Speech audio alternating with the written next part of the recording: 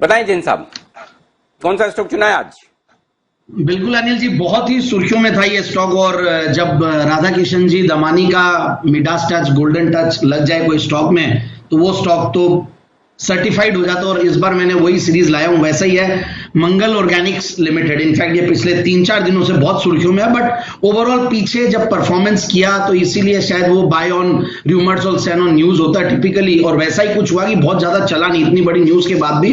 But yes, नीचे से काफी चला और रीजन भी है, chemical stocks are doing very well. और वो जो कपूर वाला मुझे एग्जांपल याद है, शायद अनिल जी कल या परसों आपने दे रहे थे कि आजकल घर में है तो लोग बाग पूजा भी ज्यादा कर रहे हैं, और ये कपूर बनाती है कंपनी कैम्फर। और कैम्फर की एक दूसरी कंपनी भी मैंने दिया था, कैम्फर अलाइड, जिसका पुराना नाम था ओरिएंटल एरोमेटिक्स।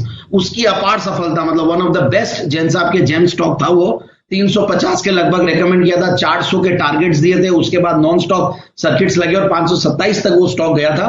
रीजन बीइंग कि रिजल्ट्स इन कंपनियों के जबरदस्त आ रहे हैं, तो इसीलिए कोई घबराने की बात नहीं। और जिस तरीके से ये लोगों ने अपनी बैलेंस शीट को ठीक किया है अभी इन दिनों में, मंगलम ऑर्गेनिक्स का देखिए सबसे बढ़िया बात जो लगा मुझे, इन्होंने बैलेंस शीट को 0 डेट कर दिया, जो कि बहुत अट्रैक्टिव होती है ये चीज।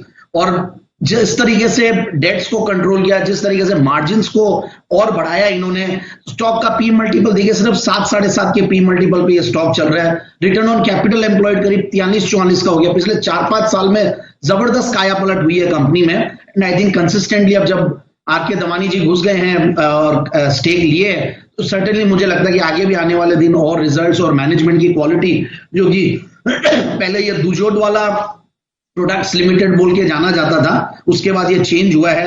रेटिंग्स भी मैं पढ़ रहा था, बहुत बढ़िया रेटिंग्स में भी कोई इश्यूज नहीं है, बल्कि A+A2 की रेटिंग क्रिसिल से मिली हुई है, तो वहां पे भी कोई कंफ्यूजन नहीं है। So overall book value wise भी कोई बहुत ज्यादा महंगा नहीं है, 1.89 के बुक वैल्यू पी मल्टीपल पे चल रहा है। नेट प्रॉफिट मार्जिन्स बहुत बढ़िया है, करीब 12-13 के नेट प्रॉफिट मार्जिन्स पे, और ग्रॉस प्रॉफिट मार्जिन्स करीब 26-27 के लगभग। 0 डेट कंपनी मैंने बोल ही दिया। और जो पिछले सितंबर क्वार्टर के रिजल्ट्स है वो भी बहुत बढ़िया रिजल्ट्स थे। तो मुझे लगता है कि जब सितंबर क्वार्टर के रिजल्ट्स अच्छे होते हैं तो घबराने की जरूरत नहीं है। जून थोड़ा सा हल्का जरूर था, बट सितंबर के क्वार्टर्स के रिजल्ट्स बहुत बढ़िया है, और ट्रेलिंग 12 मंथ्स बेसिस पे भी बहुत अच्छे रिजल्ट्स और आगे आने वाले दिनों में मुझे लगता है कि आएंगे। सो बिल्कुल छोटी इक्विटी है, सिर्फ 9 करोड़ की इक्विटी है, और उसके सामने बोरोइंग्स नहीं है, और उसके सामने मुझे ऐसा लगता है कि ये आगे आने वाले दिनों में जिस तरीके से रिटर्न ऑन कैपिटल एम्प्लॉयड को बढ़ाया 44% के लगभग, तो इसका पी मल्टीपल बहुत सस्ता है। 0 डेट कंपनी 44 का रिटर्न ऑन कैपिटल एम्प्लॉयड, सिर्फ 8 के पी मल्टीपल पे, जहां ग्रोथ भी है। तो आने वाले दिनों में मुझे, और प्रॉफिट की आप ग्रोथ देखिए पिछले 5 साल की है 67% की, तो बेहतरीन है। और सेल्स की ग्रोथ करीब 10% की। तो ओवरऑल मार्जिन्स पे इन्होंने बहुत वर्क किया है, बैलेंस शीट के क्वालिटी पे वर्क किया है, कॉस्ट पे वर्क किया है, इसलिए इस टाइप की इंप्रूवमेंट आती है। सो आई रियली बिलीव कि ये 490 का पहला टारगेट और 530 का दूसरा टारगेट।